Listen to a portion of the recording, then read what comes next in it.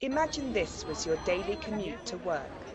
Unfortunately for many commuters in Santiago, it is. Efforts to improve public transport have resulted in chaos for millions of people. 300 different companies used to run buses along the city's streets. Now there's just 10. Travellers say there simply aren't enough buses left on the road to cope. Many commuters have tried switching to the metro.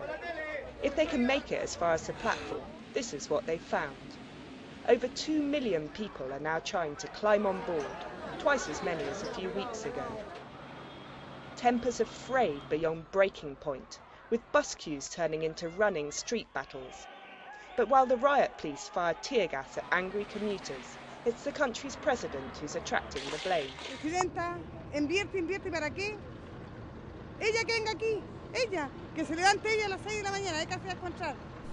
This is a difficult time for President Bachelet, who's trying to improve the situation and her popularity. She recently sacked her transport minister, apologised on national television on behalf of her government, and announced new measures to try and solve the problem. And this is all costing money. Germán Correa was Minister for Transport in a former government and helped design Transantiago. Cost of the program is in public and private investment. Public investment is around $350 million in infrastructure, which is in process. And from the private standpoint, it's around $600 to $700 million in the bus fleet that was bought by the private sector. But that's not enough. The government has spent an extra $50 million on emergency measures, including hiring in buses. But experts predict this is only the beginning. Chileans are angry and frustrated with the queues and delays which are all part of Transantiago, and many of them are looking for an alternative. Motorbikes are seen as a good option. Across Santiago, motorbike shops say sales have been rocketing since the start of Transantiago. Sales last year were 30,000 motorcycles, and sales this year I think they're going to increase in more than 60,000 motorcycles.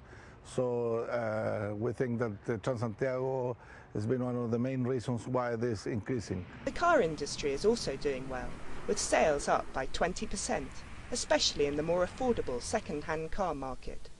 And dealers think that sales will continue to boom as people take advantage of the cheap alternatives arriving from China as part of the two countries' recent free trade agreement. Transantiago was supposed to get people out of their cars and onto public transport, but its chaotic start has had the opposite effect, driving people to find their own way out of the crisis. Jane Chambers for the BBC, Santiago, Chile.